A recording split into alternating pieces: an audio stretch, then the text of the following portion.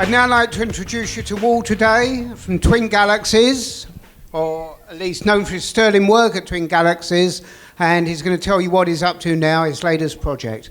Okay, Walter, it's over to you.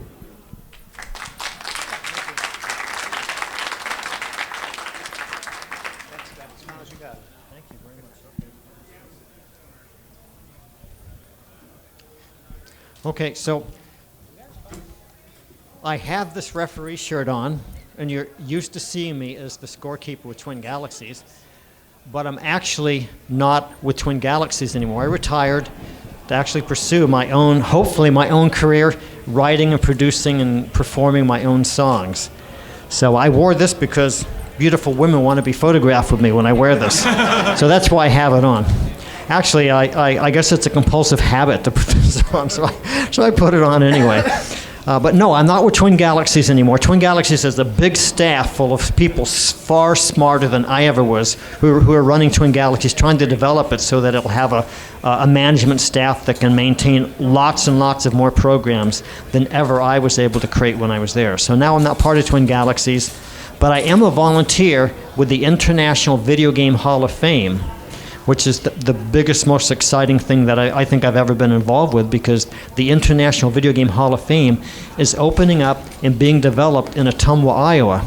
And Ottumwa is where Twin Galaxies was, almost 30 years ago. It's where we started and where we had the first video game world championship that was photographed by and filmed by That's Incredible. Has everybody seen that on the internet, the world championship with That's Incredible? Yeah, so it's a pretty well-known thing.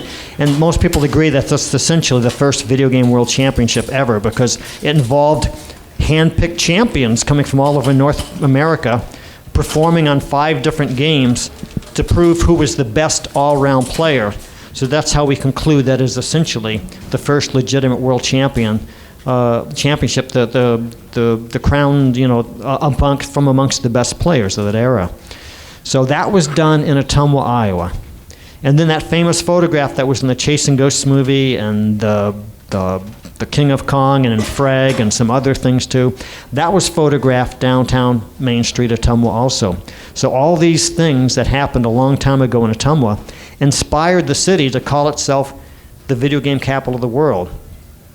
All that happened in the early 80s. Then there was a time when I actually retired from video games, and Ottumwa, it's like the whole story about Ottumwa being the video game capital of the world fell asleep. It just went to sleep, and no one paid attention to it anymore. But about 2 or 3 years ago, the people of Ottumwa themselves started talking about that old legacy, and they started to want to do something about it. I said, well, Cooperstown, New York. Do you know how Cooperstown, New York started as the home of the National Baseball Hall of Fame? Some local guy found a baseball autographed by someone way back in history, like around 1900 or something, or maybe Christy Mathewson or somebody like that, way back. He found an autographed baseball in a barn, and he put it on display because he was local in Cooperstown, New York. And someone else said, hey, I have some more stuff. So he had some more memorabilia. So they had this little display, and next thing you know, it becomes the Baseball Hall of Fame. And that's what Ottumwa is trying to do. This International Video Game Hall of Fame that's being developed in Ottumwa is not me, it's not Twin Galaxies. It's really even more than the citizens of Ottumwa. It's like this huge wave of interest coming from all corners of the video game industry are just kind of like converging on Ottumwa and trying to make it the equivalent of Cooperstown, New York, and make this town be a video game mecca for the whole worldwide, hobby or industry. And some of the, they call themselves the birthplace of competitive video gaming because of the old stuff that happened there back in the 80s. And to really emphasize this, and crystallize this into something real that people can get their hands on, because the Hall of Fame is going to take years to develop. It's such a big project. They're going to have a big event in Ottumwa this summer on August 5th through 8th, where they actually have a 4-day gaming festival called, well, they call it the Big Bang. And the reason they call it the Big Bang is because they have this idea that organized video game playing started with a big explosion in Ottumwa in the same way that the universe started with a big explosion called the Big Bang. So that's why they get that expression. And it's going to be a 4-day event in August. They're going to have all sorts of stuff there. And amazing people are popping out of the woodwork to support it and to develop it. And concurrent at the same time as that's happening, there's going to be the first inaugural induction ceremonies for the International Video Game Hall of Fame, where a whole bunch of people, actually 29 inductees, are going to be put into the Hall of Fame there as part of the ceremonies that are going to happen during this 4-day event. And some of those people are even in this room. I'm not one of them.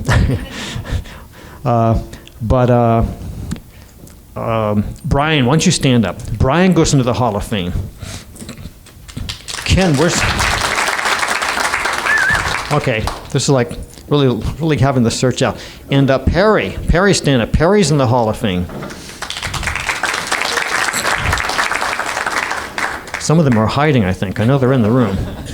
Or maybe I'm looking right up. Ken, you're in the room, aren't you still? No, he walked out. Okay, so Ken walked out because he knew I was going to make him stand up. Getting John, I think. Yeah, that's what it was. And who else? Anybody else here? What? There's 29 people. We just got a world record right here. Okay, we'll talk about that in a minute. Okay. But there's 29 people who are going to be going into the Hall of Fame, and a whole bunch of them are from this local area, because last year, you remember the ceremony last year, we honored a whole bunch of people for their incredible achievements as gamers, and they became the gamers represented in the class of 2010, even though they were given acknowledgement back in last summer. So they will be part of the class of 2010. That also includes Pac-Man as the only game going in, and also includes Masaya Nakamura. This is Ken House, by the way, who tried to get away with being introduced. So he's going to go in the Hall of Fame. And Masaya Nakamura, the founder of Namco, is going into the Hall of Fame. Ralph Baer, the founder, the father of video games, is going into the Hall of Fame. Nolan Bushnell is going into the Hall of Fame. Shigeru Miyamoto, who invented he designed, Donkey Kong and Mario and the whole thing, and he was instrumental in, I think, designing the Nintendo Wii and lots of stuff across Nintendo's long, amazing history. And then like Fatality, the PC gamer, and Dennis Fong, Thresh, and other famous PC gamer. And then Billy Mitchell's going in, and Steve Wiebe. I said Weeb, didn't I? Boy, am I going to get in trouble. Steve Wiebe. I was calling him Steve Wiebe, so they made a whole movie about it. Is that amazing? So Steve Wiebe is going in, but I don't think Steve's here right now. And it's simply going to be amazing because it means a lot, I think, for the hobby to have a place on this level that's going to be equivalent to the Baseball Hall of Fame. So it's going to be a very, very big, amazing step forward for the whole industry to have their own Hall of Fame. And Ottumwa loves this so much. It's like unbelievable. They're making themselves to be the cultural crossroads of the video game world. I mean, they're not just a city that's going to have a building. I mean, right now they're devising a flag, a new city flag as the video game capital of the world. And they're going to have a big ceremony during those 4 days where they're going to raise the flag up and everybody's going to salute. The Coens will probably say, "In Pac-Man we trust," or something like that. Maybe that won't happen. But they've done all this. I did all this research to try and figure out how to get a Pac-Man statue, because Namco says, "Yeah, that's great. Let's do a Pac-Man statue." But it turned out to be $116,000 to make a statue. And so then one of our supporters called up and said, and this will blow your mind, says, well, at the Iowa State Fair, every year they make a butter cow. Let's make a butter Pac-Man. Now we're talking about butter, butter on your bread, making a statue out of butter. So that was, because I didn't originally grow up in Iowa, so that was kind of a mind blower for me, the idea that people would make statues out of butter. So there was this idea of making a butter statue. And then there was the idea of going out into the fields and making a maze, a corn maze of the Pac-Man maze and what like that. But then we started working on that. Then we discovered with more research that you have to start earlier in the season than we started and actually do things to the field so that it's planted in a certain way for the maize to grow properly. So if we can figure out how to contact the aliens who make all those mazes in the corn, we could maybe hire them to do the maize. But anybody have contact with aliens? Sometimes. Oh no, Bill, you got to have contact with aliens. I am an alien. Okay, good. So see me after the talk. Okay. So anyway, all these very colorful things where we're going to be, where the city of Ottumwa is making itself essentially the first amusement attraction for video games, a whole citywide thing. It's just amazing. All these little old ladies come in donating TV sets. Here's a TV set to help the whole thing, because we need TV sets, we need games, we need all sorts of stuff like that. And so I'll keep talking that, but I wanted to mention that also we did have world records here this weekend. So Perry, why don't you stand up? Perry broke the 27-year-old world record on Popeye.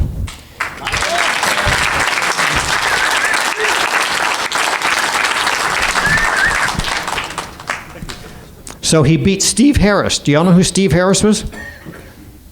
Well, in August of 1983, the U.S. national video game team, I was the captain at the time, came here to Seattle, and we did a championship here on University Avenue and Arnold's on the Ave. Anybody remember that? Okay, Arnold's on the Ave, University Avenue, back in August of '83, and it was for the Guinness Book of World Records. It was a contest. It was the contest that was the first ever scores in the Guinness Book of World Records back then. They had never covered video game scores before, but we came here, we did it in 8 different cities, and Seattle was one of them. And Steve Harris was one of my team members. And Steve went on, along with Perry's help. Perry was involved, and I don't think anybody else here was involved, but they founded Electronic Gaming Monthly Magazine, EGM. And so that was quite an interesting thing. Steve said to me one day, "Walter, let's start a magazine." I go, "No, I tried to start a magazine once. It just won't work. It just won't work." And so I went and did other stuff, and he started a magazine and turned it into some big mega empire. So EGM became very successful. Later on, he sold it, and now I think that they resurrected it again. I think it's online now, EGM. So Steve was one of the people, and he's a very good player, and that's who Perry beat for the world record now. Steve's 27-year record. Now, the great Dan Whitmarsh. What more can I say about Dan Whitmarsh? So Dan, stand up.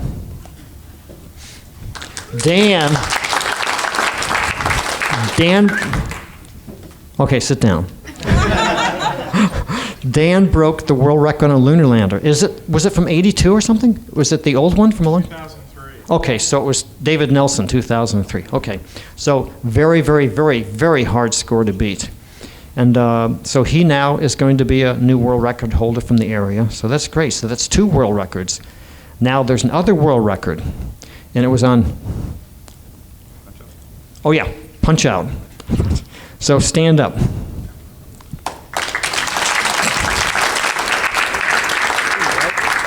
Steve? Sean. I don't remember. Sean is the new Punch-Out world record holder. And the record you broke was from 1984? 86. Okay, so that's amazing. So all these old records are falling, which is a trend that we're noticing beginning to happen now, because the players are at least as good as they were years ago, but they also have more experience now. And there's also a backlog of information available to them, so that they have the ability to have a better learning curve and know more stuff. So it's not surprising that all the scores eventually are going to fall. All the old scores are probably going to be history real soon, because the modern players are taking all the old titles away from the old players. And so a Metal Slug score was made too today. Isn't that right, Bill? So is it your stepson? Yes. So is he here? Okay. So what score did you get? 1.7 million.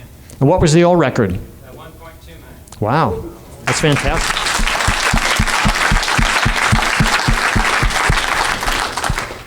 So that's incredible. When we started talking about the Hall of Fame, it's amazing how the group here that does the Northwest Pinball and Game Room show, by the way, this is one of the greatest shows I've ever been to. Simply amazing. I haven't been to the Portland show, even though I understand that's incredibly good too.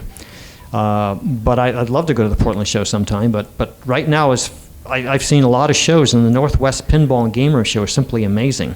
And what's also amazing is the people who run it, the people who run the pinball side and the people who run the arcade side.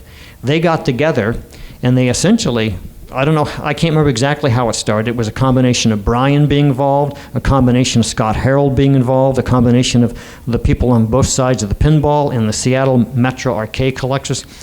And they did a very cool thing. They called me up and they said, you know, John McAllister, who broke the world record on asteroids, well, we're buying that machine. And I think they got it from you, Ken, didn't they? They got the machine from Ken because John didn't have a copy of the machine, and he used Ken's machine to break the world record on asteroids. Well, John actually bought the machine, but it was at my brother's. Oh, okay. I didn't know that. Now we got that straight. So it was John's machine at Ken's house. And I was in India at the time, exploring other cultures. And I hadn't been on the internet in a long time, and I suddenly got on the internet, and I opened up this page, and John is broadcasting live, streaming his gameplay, and he's like within minutes of breaking the world record on asteroids.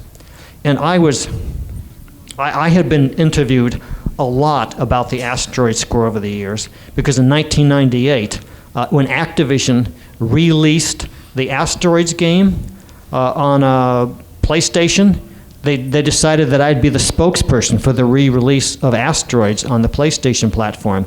So they flew me to TV shows and stuff like that. And I started looking for Scott Saffron because I wanted to get him involved because he was the world record holder. But I couldn't find him. And most of you already know this story. I searched for years and years and years. I searched for 4 years. And no one could find him anyplace. And I had lots and lots of like disc jockeys talking over the air saying, Scott Saffron, where are you? Anybody know where Scott Saffron is? TV commentators would talk about it. Newspaper reporters would write about it. We could never find Scott Saffron until someone who knew him came across an old story on the internet and said, sent me an email that says, you know, I'm a friend of Scott's. I was there when he did the world record. And I know that he passed away. So the story was, as you know, he fell off of like a 5-story roof or something while trying to save his cat Samson, and he died from the fall. And it was in 1989, so that's why we hadn't been able to find him, because he wasn't around anymore. But we always, but when I started getting interviewed about this, I tell them, like I told Newsweek, that this is one of the definitive records of all time, and no one's ever gonna beat this. And I was very adamant about that. And then when they started writing stories about John McAllister beating the record, they kept quoting that like they were throwing it back in my face to pick on me. Like, but Dave says no one will ever beat this. And so it was really interesting because it was amazing. I never thought that record would ever be broken. But John did it, and suddenly there I am looking at this on the internet from India, and I don't carry a cell phone because I don't like cell phones. So I had to get in a car and rush over to a place where they had pay phones and pay rupees to this guy to plug me through. And I called one of our referees, and I said, look, he says, Lou, you know what's going on? I said, yeah, I'm seeing it on the internet right now. And hardly was I on the phone with him for like 10 seconds before I heard cheering in the background. And my referee, Scott Patterson, says, well, look, John just broke the world record. So I was kind of like there from India at the moment he broke it. And it was simply unbelievable, because this was like the ultimate world record that was just unbeatable. And he did it. So that's why John McAllister, who's probably not here tonight because he knew I'd embarrass him or something. Is he here? You here, John? That's why we call him the Machine now. We're missing some people there at the park. Okay. So the other players call him the Machine because he breaks all these world records. But his accomplishment inspired Brian and Scott and all the other people from SMAC and Northwest Pinball, and they put their heads together. And I'm not sure how to describe the scenario because I don't want to I want to make sure everybody gets the proper credit for their participation in it. But essentially, they decided that they were going to buy this game, and make it the first game given to the Hall of Fame as part of a brand new campaign that has started. You know how when you try to do something, you try and shoot as high a goal as possible, so that if you fall short, you still fall pretty far ahead, than as if you have short vision and you just go a little ways. So we decided, I did some research, and we found out that there's been about 4,500 plus different arcade games created since 1971 computer space.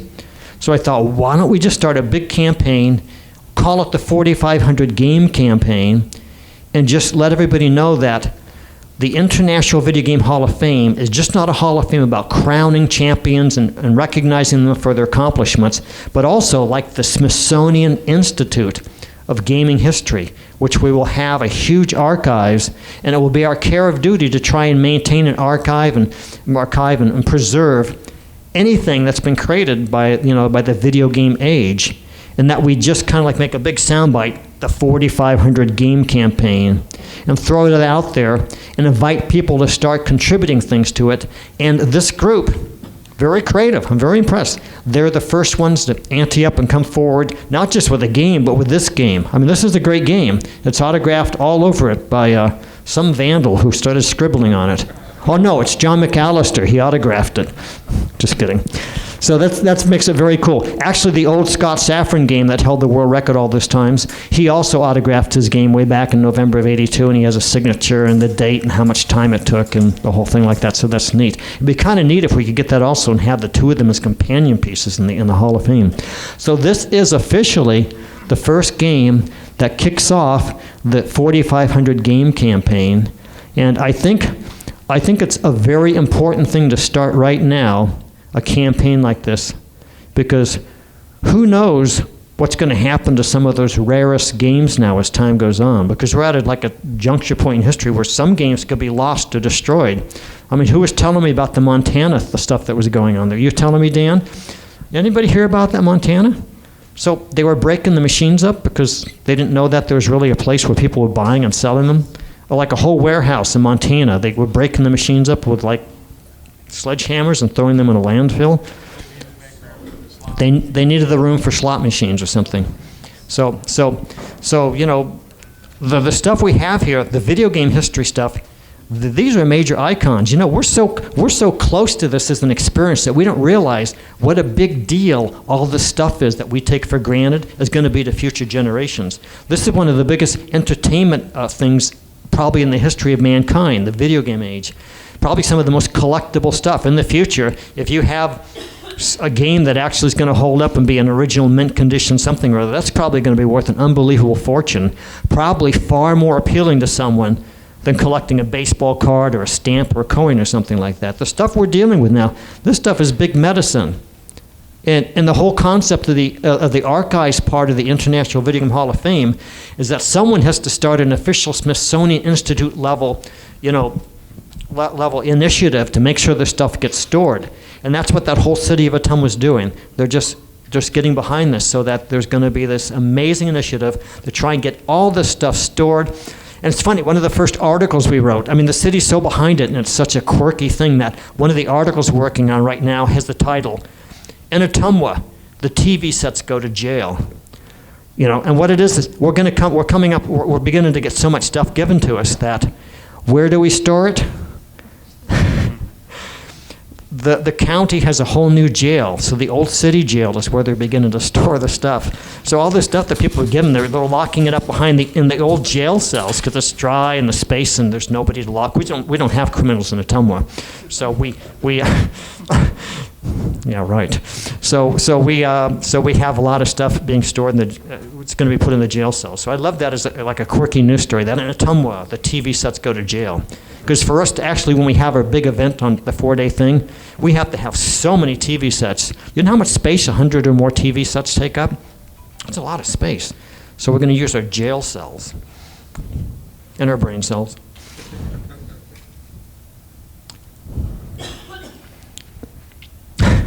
How does it feel to be the punch-out champion of the world? Has CNN contacted you yet? Who's that? CNN? Oh, can't figure that out. Oh, okay. So here's what I'd like to do. Everybody's got a camera, so be thinking about your camera, because what we got to do is we have to do a great photograph of everybody who's a member of the SMAC or the organizational part of Northwest Pinball. I'd love for us to have a group picture swarming around the actual game so that we'll have that as a memento of all that. But before we do that, I just kind of just been throwing out points. Who's got questions? Who's got, yeah. Do you know if there was a score record score for the Google Pac-Man that just came out? Oh, I talked extensively with Namco about that, and they told me they were in talks with Google about that. And though I don't know about the record score, but according to the reports that Google gave the Namco, it was some astounding number of man-hours were spent on that game. It was hundreds and hundreds of millions of man-hours or something like that. It was beyond belief. It just blew Namco's mind. It was just so much stuff. But the score, I don't know. I should find that out. I'll find it out and I'll post it. Or you give me a card, I'll email it to you or whatever. Yeah. Well, I recently started playing Robotron 2084, and I wonder, what am I up against for high score? Well, first of all, there are two ways to play it. You can either play it the way Twin Galaxies likes for people to play it, which is with 5 men only, on the normal difficulty, which is difficulty level 5, if I remember right. You probably know more than I do about it now. And also there's the marathon, which is you play also on difficulty level 5, but you get extra men. I think it's every 10,000 points. Every 25,000 points? I can't remember all the details anymore. But I think you'd want to play the game set on the settings where you'd have a total of 5 men, and the score right now to beat is like 1.2 million points, which is simply amazing. And I don't think the person's human myself who got that score. And once again, it's John McAllister who did the Asteroids World Record. We owe everything to John now. So, John is the patron saint of video game playing. Yeah. Once saw someone really good at Robotron at the machine. Seems like it would take 10,000 hours to be that good. Well, I think that most people, when they solve a game on the level of becoming the world champion, they invest a lot of hours, maybe 1,000 hours, maybe more. I don't think anybody's ever thought of how to calculate how many minutes of gameplay or how many games it takes to be the world champion. Well, but I know that as the high score goes higher and higher and higher on different games, it takes more and more games played before a new world record is made. So it's so high in some games now that how many games would it take you, Ken, to beat Dig Dug? Would you have to play for a month before you got up to the high level again? Yeah, to beat that score again, it'd be probably 20 games. 20 games maybe? Yeah, so it can be a lot of work. Amazing amount of work. Yeah, Malcolm Gladwell came up with a 10,000 hours stat. Oh, I don't know. Saying that in order to be an expert at something, you really need to do it for 10,000 hours. That's interesting. Anybody disagree with that? I think that's good. Yeah. I saw you playing Centipede. Have you actually held any records? Okay. Okay. Now I'm going to brag for a minute. Back when I was 33 years old, when Twin Galaxies was at its height, I was the best 33-year-old video game player probably in America. And that's because I spent all my time with these guys who were geniuses, who had figured everything out. I was with Perry, who knew stuff. I was with Billy Mitchell and Steve Harris and all sorts of people who just had figured out the games to a degree. And I could at that time get 330,000 in Miss Pac-Man. Okay, back in 1983 I could do that. And only about 4 or 5 guys were better than me, but of course they could all do 900,000 or 800,000. But as a 33-year-old at the time, I probably was the best 33-year-old video game player. And I could do 700,000 almost on Centipede. So that's how good I got, which is above average. But when you're a real good player, it's nothing. The good players who just blow past that and turn it over again and again and again and again and again and again and again. I don't even know why girls would want to date them, you know? I mean, like playing the games over and over and over and over and over and over and over again, like whatever. Walter, while you're on the discussion with John, most people here probably know, but maybe you should mention the amount of time it took him to set that record, because that's probably more impressive than the score. It's written on the machine. Okay, in the old days, arcades would say, hey, we got a guy here who played 85 hours or something like that. And in the old days, There was an honor basis going on because it was all Wild West. It was frontier. No one knew how long anything really took or what the real rules of playing should be on a lot of the games. So it was very, very much a trust basis. And people go say, oh, $80, 72 hours, stuff like that. And so we have a lot of old scores like that with a lot of long times claimed for high scores back from the early 80s. But in this modern era, everybody has to videotape their entire gameplay with a time date stamp on it so that we can map what they do and we can see what they do. We know at every moment of time and every step along the way, we know exactly what they were doing, and we're able to analyze the rate of their play compared to the amount of time and just know whether or not they did any tricks like that. So that's how the modern era is. And also, they take a drug test. They take a drug test to prove that they didn't have any unfair advantage that would allow them to stay awake or alert longer than someone else who didn't have, some sort of stimulant in their system. So it's become far more rigid and far more scientific nowadays. So in this modern era, John went 57 hours, all videotaped, and did the drug test. And so I think he's the longest, am I right, you guys? He's the longest modern proved, verified marathon. The complete light of science is shining on it, so we know that it's not a fraud, and so that's very, very, very significant. 57 hours is just amazing. At the age of 42. At the age of 42. Stayed up 3 days. At the age of 42, so that's very, very impressive. So 3 cheers for John, because John's leading the way. Yes? So would Red Bull be a performance-enhancing drug? Well, the caffeine part of it, I think the jury's still out on that. Because when I talked to this guy who was a consultant who actually was the person in charge of setting up designing the requirements for the actual Olympic Committee, he talked about it. He says, at some point, there's something called too much caffeine, where it actually really puts you past a threshold where it's just a lot of caffeine. But he said it's very, very, very hard to really analyze it and call people on the carpet about. But it's possible to have a lot of caffeine in you. And I don't think that, I don't know what's going to happen about that. But as it stands right now, it hasn't become an issue that we've had to delve too deeply in. But caffeine can be highly, highly concentrated in a person's nervous system. And Red Bull, I would imagine that that's not that high in caffeine, even though it probably has a lot. Probably has a lot. Yeah. Any more questions? Yeah.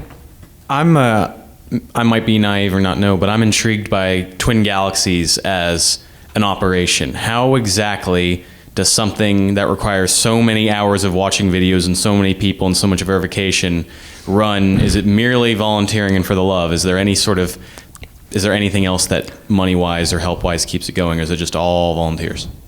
I retired from Twin Galaxies, and a management group took over that wants to have all these volunteers who've been doing it as a labor of love get paid for their work. So they're trying to develop as a business plan right now. So it has to go through the growing pains of that, figuring out how to turn it into a business plan and have all these people who did do all this as a labor of love free of charge for all these years. And there's a lot of time people have spent watching videotapes, but they did it because they were devoted to it and they got a kick out of it and they loved it and they were fascinated by it, and so they were giving their blessings to it and supporting it. So there's a transition going on now where Twin Galaxies is trying to become a business plan that does have their devoted workers get paid, compensated for what they do. I've got a question for you. Do you already have your museums set up? Do you know how much square footage you're going to have? Do you know how many games you're going to be able to fit? Oh, wow. The building is not built. Okay. The building's not even designed. We've had architects come through from Kansas City, from Orlando, from New York, and from Los Angeles, throw out vast, amazing displays. Some amazing designs for the Hall of Fame / museum. So it's a very, very big project that's probably, if we unfold it on a level that we want, it could be a couple $100 million. It could be a big deal. So, I mean, you get several games, you could maybe expand, and, I mean, you don't know how far it could go. I mean, you could get 1,000 games, or, I mean, is there any design concept for that? Oh yeah, yeah. Essentially, well, there's three elements of the Hall of Fame, as far as I clearly see it at this early stage of its evolution. There's the Hall of Fame that's like the Baseball Hall of Fame that has all the displays and all the parts that honors the champions of the gaming world, and also the historical pioneers or icons of the gaming history and stuff like that. So there's the people part. And then there's also the games on display too. And then there's the museum that'll have displays about historical stuff. And I'm working on a whole bunch of stuff right now that's going to be there at the 4-day event in August. And that stuff is going to be all on the history of competitive video game playing, the contests and the players of the past, all these great old news articles we've been able to print out and make available as a whole display that'll be there at the event in August in Ottumwa. And then there's the third part that's actually like the Smithsonian archives, where something wouldn't, we wouldn't have 1,000 flyers on display. Maybe we'd have 50 on display. But back in the archives and filing cabinets, there would be 10,000 flyers or something like that. Just lots and lots of stuff. That would be the dense archives where all the historical paraphernalia is stored. So there's three areas. There's the display of the champions in the games, and then there's the Museum of History, and then there's the actual archives. They'll be all part of this whole thing. And I think most of the first stage of evolution of the whole thing is going to be a lot of the players and the games on display, with the museum secondary but still strong, and the archives, of course, could be stored any place in Ottumwa because we'd have multiple buildings. Because this is something that's going to involve a lot of storage space, probably at numerous buildings, until we get a big established, actual big facility built. It's a long process. Some people think that by the time we're done, it's going to be 10 years to get it all up. But you know, the Rock and Roll Hall of Fame, I think they did 12 years of inductions and ceremonies and stuff like that before they actually had their building. And I think the NASCAR thing, they've been building that for numerous years in Charlotte. So we're probably on the same track with as many of them, developing something that's going to have lots and lots of functionality and activities and celebrations and festivities and induction ceremonies way long before the building actually gets opened up. So you mentioned the videotapes of the high score attempts and all that. I was just wondering if those are archived anywhere. Like, do you hold on to those, and if so, is there any interest or thought into making them available, like on the internet or anything like that? Well, there's a bunch that are available on the internet. There's lots and lots and lots of world record attempts, I think, on YouTube that have been put up there by Twin Galaxies, and then other people go and make a copy of their performance and they go put it up on YouTube themselves or some other place, so there's a lot to see. But the big historical backlog of tapes, which we don't even know how many that is. Right now it's split up between about a dozen places around North America and some in Europe, at least one place in Europe, where the tapes are all still stored and all still kept, because we don't throw the tapes away. We consider them a major part of the heritage of gaming history. And we've talked to the Hall of Fame and Twin Galaxies have interacted numerous times, and there's the idea that the whole tape library could be given to the Hall of Fame, which would be very cool, and then some of it would be put on display. That, of course, would still have to be worked out, but that dialogue has happened numerous times now. But that's a great question. Right, thank you. And that's how I see it, that all the stuff we do is not just throwaway stuff, that it gets stored for posterity, that future generations will be fascinated by what happened here. And a bunch of it could be on display, being shown on TV sets in the Hall of Fame when it's opened up. Any more questions? Yeah. How's it being funded? Is the Ottumwa getting in on it? Or? Oh yeah, well right now for this first round of activity, like the Wapello, it's in Wapello County. Ottumwa's in Wapello County. Wapello County has thrown money in, and then the sponsors like Dr. Pepper and stuff like that. So we have some professional fundraisers actually working behind the scenes, getting involved with big organizations to have them put money into the Hall of Fame. Right now, everybody's focusing on this big event with the first induction ceremonies coming up in like about 54 days from now. And so, yeah, it's because the organization, the International Video Game Hall of Fame, is registered with the IRS as what's called a 501c3, not-for-profit tax-exempt organization. So it can receive donations and give out tax receipts to people who donate. So yeah, people can donate to this. And I mean, all across the board, everything is needed by the museum, from getting TV sets for the events, they're getting game systems, they're getting games, they're getting monetary things, or I mean, we see this Hall of Fame as being the Smithsonian. Like if you have a letter from Nolan Bushnell from 1973, that belongs in the hall. That belongs in the museum, you know, and stuff like that. All sorts of old documentation that really highlights different stages of the history of the gaming age or the evolution of the gaming age. Those kind of things need to have a home. In fact, when Namco recently, I think Namco got sold to someone recently. No, not Namco. I mean Midway. Midway got sold to some, and I called up one of their main people and said, look, the Hall of Fame wants your entire archives of paperwork. Can we have it? We'll send a truck and go pick up all the old correspondence, all the paper, everything left over.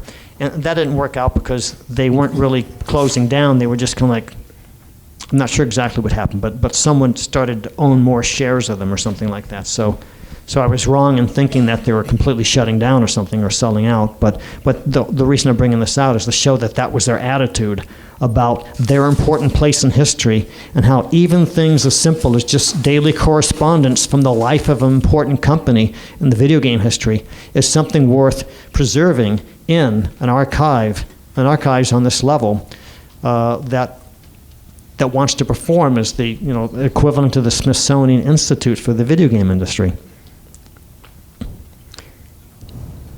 Who else? Have any of the video game manufacturers stepped up for sponsorship or no? Well, right now, at the part of building the building is still being, the plan is still being devised. The architects are still thinking what to do, so therefore it's too early for anybody to get completely involved on that level. But as far as the actual event and the induction ceremonies, we've been discussing this with loads of people. There's lots and lots of different groups that are being contacted and discussing this with the people who are organizing the big event. I'm actually just one of many people who are volunteers. It's like 30, 35 people who are working on it. And so I'm just another one of the, I'm another one of the volunteers and not even like the leader of the whole thing. I'm just honored to be here to be like a spokesperson today, but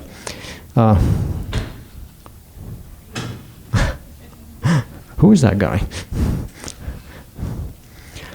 Any more questions? Did that sort of answer?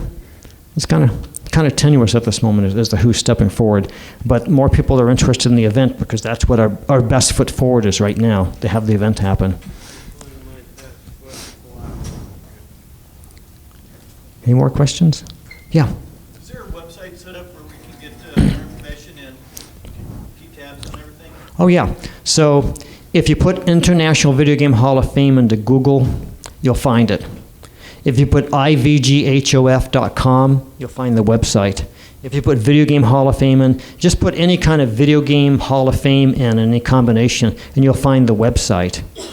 And also there's a Facebook page for the event that's coming up, and also a Facebook page for the actual Hall of Fame. So there's a lot of places you can go to keep track of what's going on and how it's developing.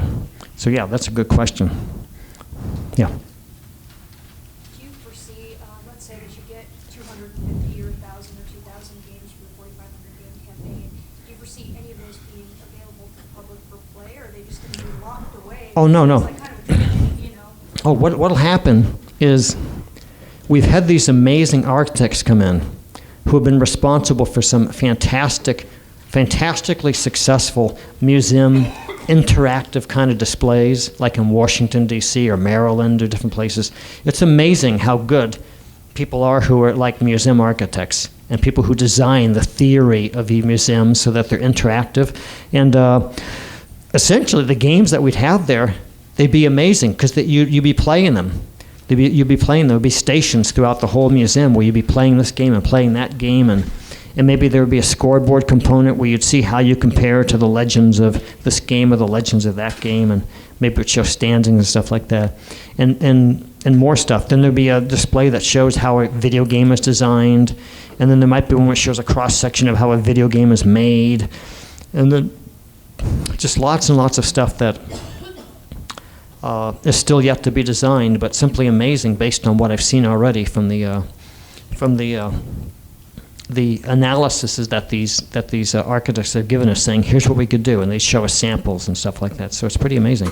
Yeah, so people would be playing, and they wouldn't be locked. And like a lot of art museums, would be rotating displays coming out. Like maybe 1 month it could be the history of Atari, and all sorts of stuff, from the paperwork to all this design stuff, games. Would be out on display, then that goes back into the archives, and then next month it could be the history of maybe Midway or something like that, or then it could be something else. So it's very exciting. I really love it.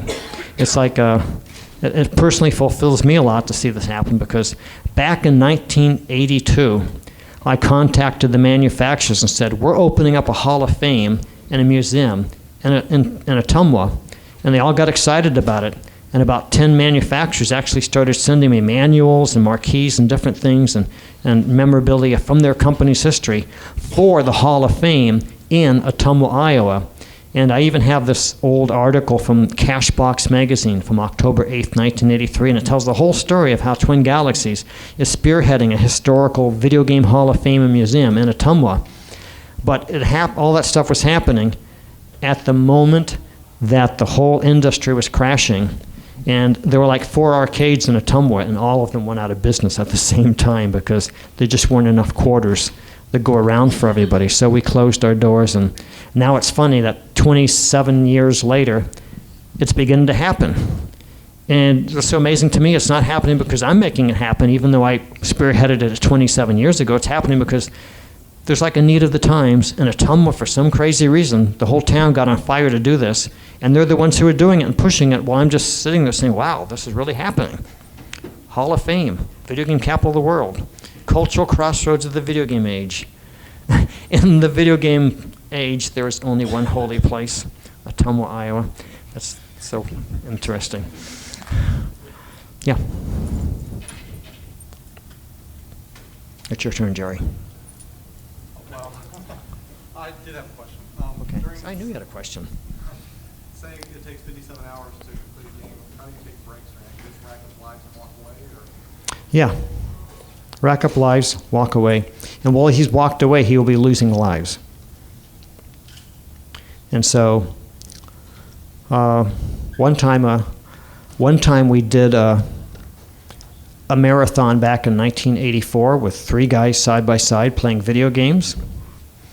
And it was really amazing because I know that none of them had been taking, like back in those days, people weren't really taking stimulants or anything. So I know they weren't taking stimulants because they were playing, and they had all their men built up like this, and so that they had hundreds of men or whatever. But as it got on later and later and later, they began to play like this, and their head would hit the screen, and then they wake up, they lost 4 men. Then they play for a moment, then their head would hit the screen. And then every few moments they come by and their faces would be down in the bezel there like this, and like the joystick sticking up in their eye. And that's how people played their marathons way back then. But the best marathon was in Jay Kim, who one of our U.S. national video game player team members, was playing Q*bert. And Q*bert is the hardest game to marathon because the color schemes mess up your eyes and do things. So you start hallucinating. It does something to your optic nerve.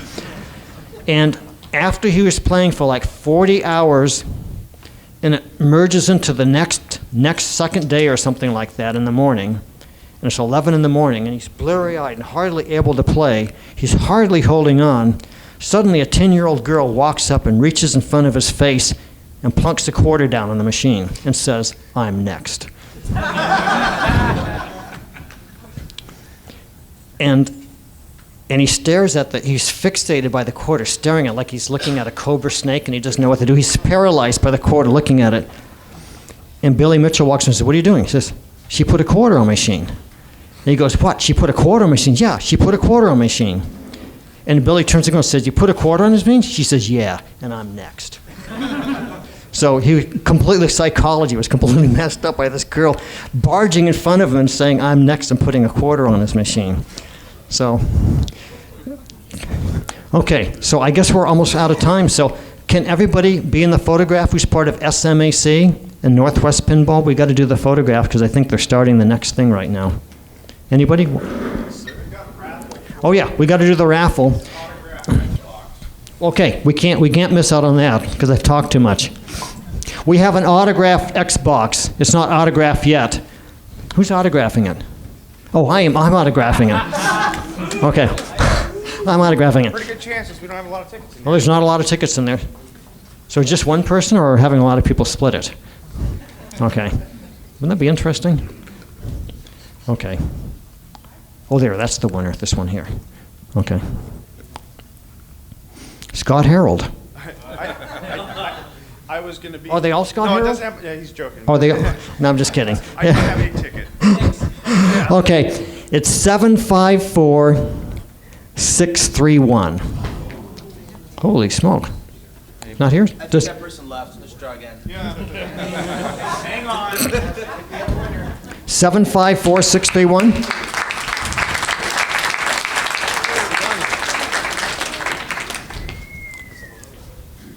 Wow, this is great. You actually won.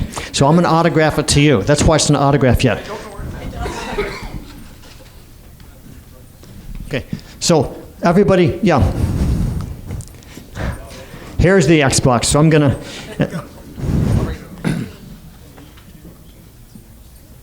Okay, let me show you one more thing because we have to get out of the way.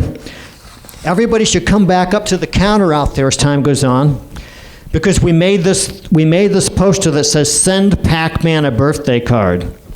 So the whole concept was poor Pac-Man. He just marked his 30th birthday, and no one sent him a birthday card. So Namco and the Hall of Fame are working on a new edition of this poster.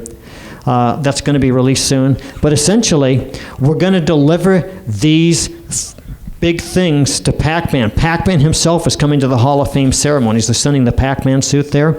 And at the moment that he gets on the stage and receives his award and gets inducted into the Hall of Fame, we're going to do exactly like they did in the movie A Miracle on 42nd Street, when they brought all the letters addressed to Santa Claus into the courtroom and they dumped it on the big desk in front of the table in front of the judge and said these are all addressed to Santa Claus. Well, we're going to be delivering all the mail to Pac-Man. So people are joining this campaign to send Pac-Man a birthday card all over the place. And so this is the thing from the best birthday wishes from the attendees of the Northwest Pinball and Game Room show.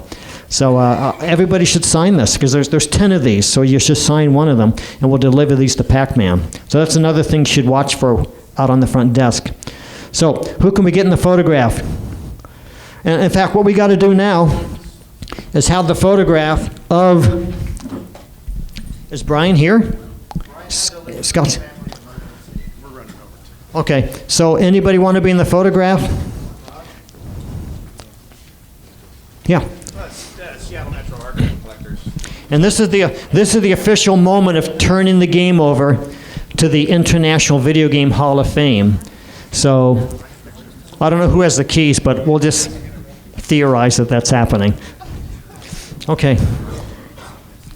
Who's at a barbecue? Some of the members. Some of the members are at a barbecue. You have to take a picture of the boards inside of it first. We already did that. We already did that. Okay. Is this everybody who's a part of the donation process?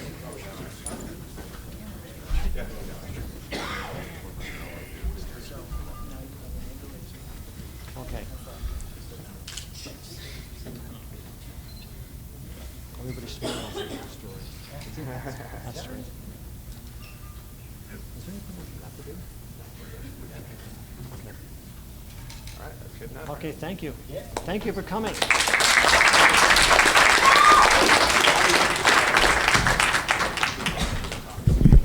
By the way, the people who do the Xbox Game Room are the ones who donated all these Xboxes. They've been very, very supportive. And they're also very helpful in bringing me here so that I could tell you folks all about the Hall of Fame. So I just wanted to thank the people from Xbox Game Room for this incredible support. So thank you very much. Thank you very much.